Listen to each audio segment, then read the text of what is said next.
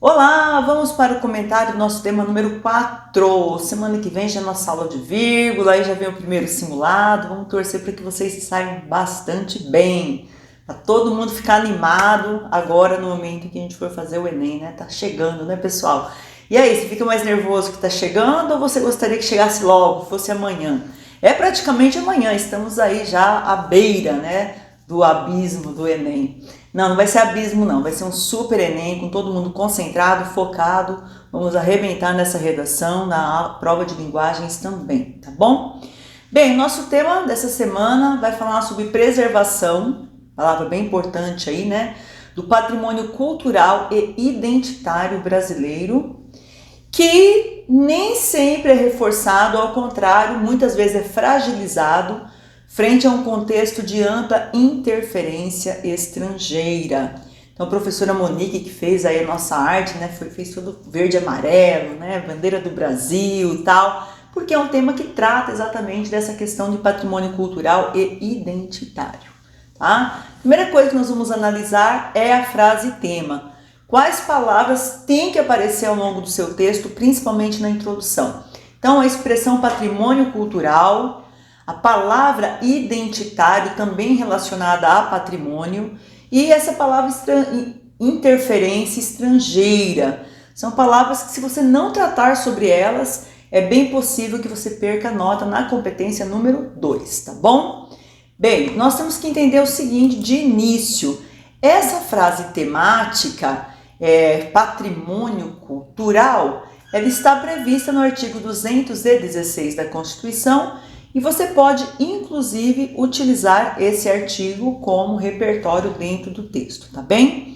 Então, o artigo 216 diz o seguinte: constituem patrimônio cultural brasileiro os bens de natureza material e imaterial, tomados individualmente ou em conjunto, e que são portadores da identidade, são portadores de uma ideia de ação, de memória dos diferentes grupos formadores da sociedade brasileira. Eu já quero dar um exemplo para vocês sobre memória. Quem aí de vocês não tem memória de festa junina e as músicas de São João? Muitos, né? Porque faz parte da nossa cultura. Nós conhecemos, vamos dizer assim, os elementos do nosso folclore. Quem nunca leu um livro sobre Saci e Pererê? A gente sabe que não existe, mas faz parte daquilo que é a formação folclórica do nosso povo. O boto lá no Amazonas, né? Olha, a mula sem cabeça nos interiores do Brasil. Faz parte, a gente não precisa acreditar nesses elementos, mas que eles fazem parte da nossa cultura, eles fazem. As formas de expressão, dançar o siriri, cururu, na Páscoa, a malhação do Judas, isso faz parte da expressão das nossas religiões, faz parte da expressão da nossa comida, tudo isso vai formar a identidade do povo brasileiro, certo? Até mesmo os elementos tecnológicos fazem parte de uma determinada cultura. Então vamos imaginar o seguinte, o elevador Lacerda, lá em Salvador, ele não é apenas um mecanismo de sobe e desce de pessoas, mas vai fazer parte da identidade, da paisagem local. Tudo isso daí é patrimônio cultural. Os sítios de valores artísticos, então, que esses dias atrás eu fui lá em São Miguel das Missões, no Rio Grande do Sul, ver lá as construções da época da colonização. Aquilo ali vai fazer parte do nosso patrimônio cultural, tá bem? Por quê? Porque marcou uma época, um momento histórico do nosso país. Agora, você vai ter que contrapor tudo isso às interferências estrangeiras, tá bem? O primeiro dado que eu quero colocar para vocês aí, que nosso material nos traz, é que esse conceito de identidade nacional, ele começou a ganhar relevo no século XIX. Primeiro a gente tem um evento ali de proclamação da independência, depois veio proclamação da república, depois vem Semana de Arte Moderna e a busca de uma brasilidade cada vez mais acentuada. Vamos ver também que esse processo ele vai sofrer algumas modificações, porque a partir da década de 60 o Brasil passa por um processo de interferência muito maior. Claro, na década de 50 vem o rádio, na década de 60 vem a televisão, na década de 70 a popularização da televisão. E como aqui no Brasil havia uma fragilidade muito grande, e ela existe até hoje, assim, em termos de produção cinematográfica, que envolva a cultura brasileira, não estou falando apenas carioca, né, que envolva a cultura brasileira, nós acabávamos optando muito por programação estrangeira.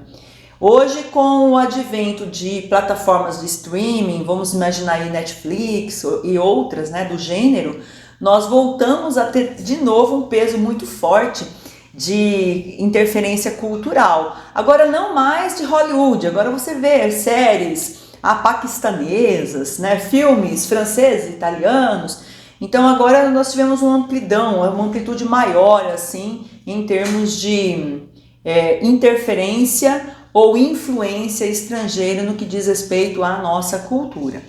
Aqui no Brasil nós temos o famoso Nelson Rodrigues, que é escritor e cronista de costumes. O que é um cronista de costumes? Não é que ele vai contar uma grande história, ele vai falar sobre o dia a dia do brasileiro, né? E ele falou, foi dele a primeira vez que foi usada a expressão que o brasileiro tem um complexo de vira-lata. Vocês podem usar até como repertório esse complexo. O que seria o complexo de vira-latas? Significa o seguinte, o brasileiro acha que tudo que é de fora é melhor. Tudo que é de fora, que é estrangeiro, teria maior qualidade, maior durabilidade. Inclusive em termos de cultura, certo? Então ele vai falar, ele é o primeiro, Nelson Rodrigues é o primeiro a falar sobre esse aspecto.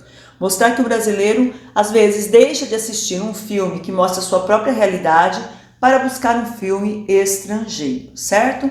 Deixa de cantar uma música brasileira para cantar uma música estrangeira. Deixa de usar uma roupa feita aqui no Brasil para usar uma roupa feita fora.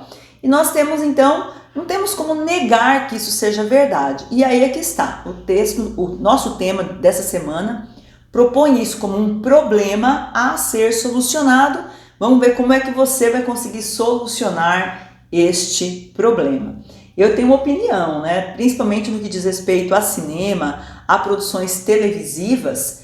Eu vejo assim, a gente é bombardeado pelo contexto cultural carioca, porque é ali que fica a sede das televisões, no Rio de Janeiro fica a sede das televisões. E muitas vezes o contexto fora desse eixo Rio-São Paulo é ignorado e a gente acaba não tendo uma identificação. Você pode falar para mim, mas Su, quando a gente assiste um filme que ocorre lá em Nova York, também a gente não tem uma identificação. Mas aí eu vou dar uma resposta para vocês que é a seguinte: ué, já que eu vou sair do meu contexto, eu vou para um contexto maior, né? Vou para um contexto maior. Então eu conheço muitas pessoas que dizem, eu não assisto filme brasileiro, eu não tenho paciência para isso não. Porque geralmente não mostra o Brasil, mostra ali a orla de Copacabana, né? E é sempre aquela mesma tecla, né? O sotaque é o mesmo, é sempre a mesma tecla. Então isso nos cansa um pouquinho, tá bom? Bem, além do Nelson Rodrigues, nós também podemos mencionar o fenômeno da globalização. Esse fenômeno, para alguns historiadores, não é recente, ele começa, né, desde que nós tivemos ali as primeiras viagens marítimas e tal. Mas a expressão globalização, como ela é concebida hoje, ela é recente e ela vem tratar exatamente de um século em que se vivencia o ápice do compartilhamento, das trocas.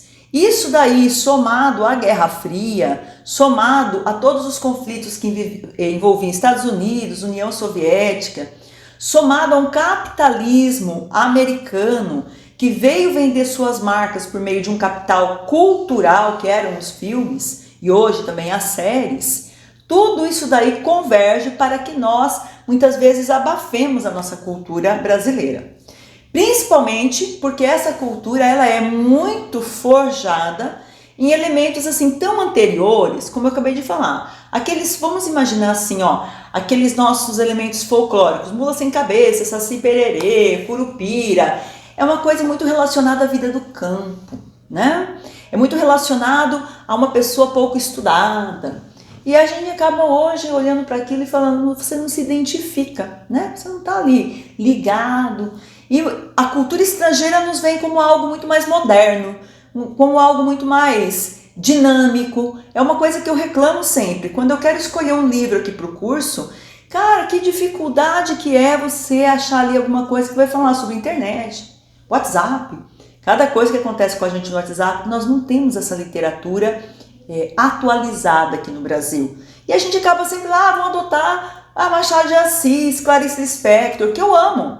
Mas eu tenho certeza absoluta que meu aluno vê uma distância dele, desses autores, e ele acaba às vezes lendo livros de outros autores. Eu via meus alunos aí no passado, né, com a série Crepúsculo nas mãos, Game of Thrones nas mãos, Joel Dicker nas mãos, vários autores estrangeiros nas mãos. E eu falo, mas você não é literatura brasileira? Ah, isso não me interessa. É muito século passado, é muita coisa antiga, não me interessa, né? Então, aí que você vai perceber o que está acontecendo, uma lacuna, um hiato. Nós estamos aqui inseridos nessa cultura, mas nós não apreciamos os bens culturais produzidos por ela, certo? E esse é um problema que vocês vão resolver com as propostas interventivas que vocês vão colocar nesse texto, né? Esse domínio estadunidense no que diz respeito principalmente a filmes, a nome de atores, a bandas de rock, eles conseguiram sim, na década de 60, 70 e 80, abafar a nossa cultura.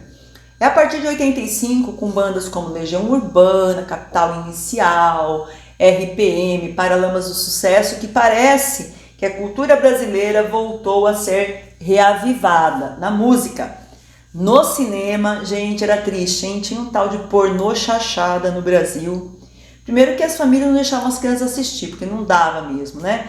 E segundo, que se vocês forem olhar o som, a cor, o enredo, era sempre assim muito decadente, tá? Talvez ficou essa pecha, essa mácula sobre os nossos bens culturais, nossos filmes, nossas peças, e nós não conseguimos até hoje, né, dar aquela guinada, fazer com que isso se transforme, tá bem?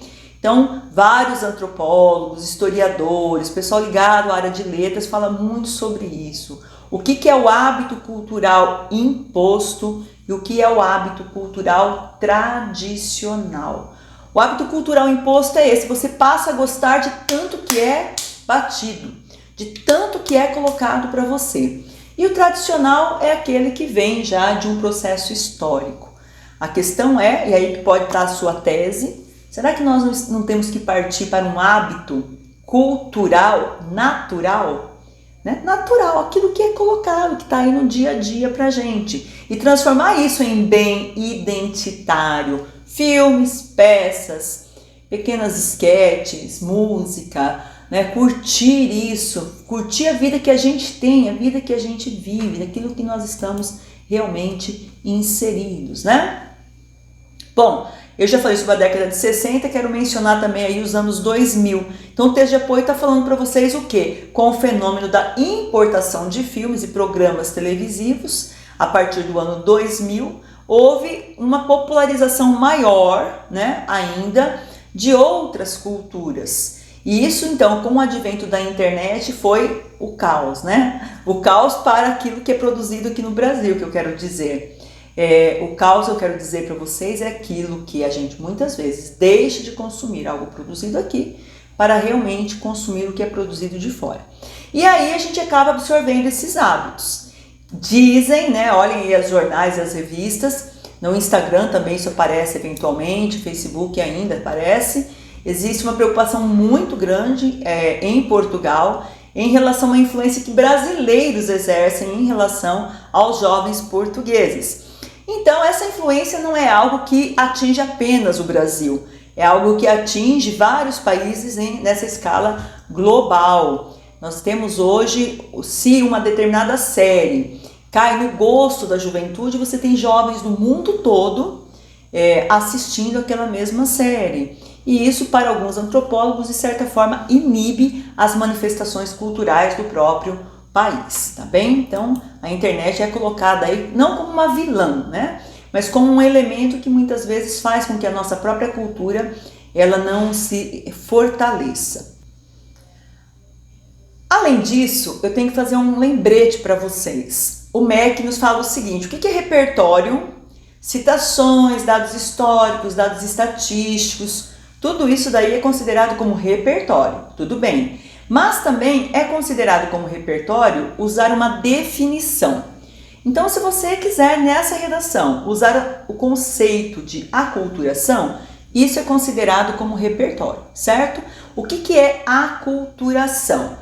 É um termo criado por antropólogos para indicar o seguinte: eu deixo, eu mudo, eu transformo, eu abro mão daquilo que é da minha cultura, do meu país, para passar a aderir a uma cultura estrangeira. Exemplo, vou deixar de comer arroz, feijão, carne e salada para comer fast food, comida congelada. Vou comer só lanche de fast food. Isso é uma forma de aculturação. Eu vou deixar de cantar Vem Cá Morena, cantar as músicas aqui de Cuiabá, cantar as músicas de festa junina, para só ouvir músicas estrangeiras. No caso da professora Suzana, músicas italianas, não é verdade? Esse seria um processo de aculturação. Eu deixo de comer, de beber, de festejar, de assistir, de ler. Eu deixo os meus elementos culturais e passo a consumir os elementos culturais de uma outra nação.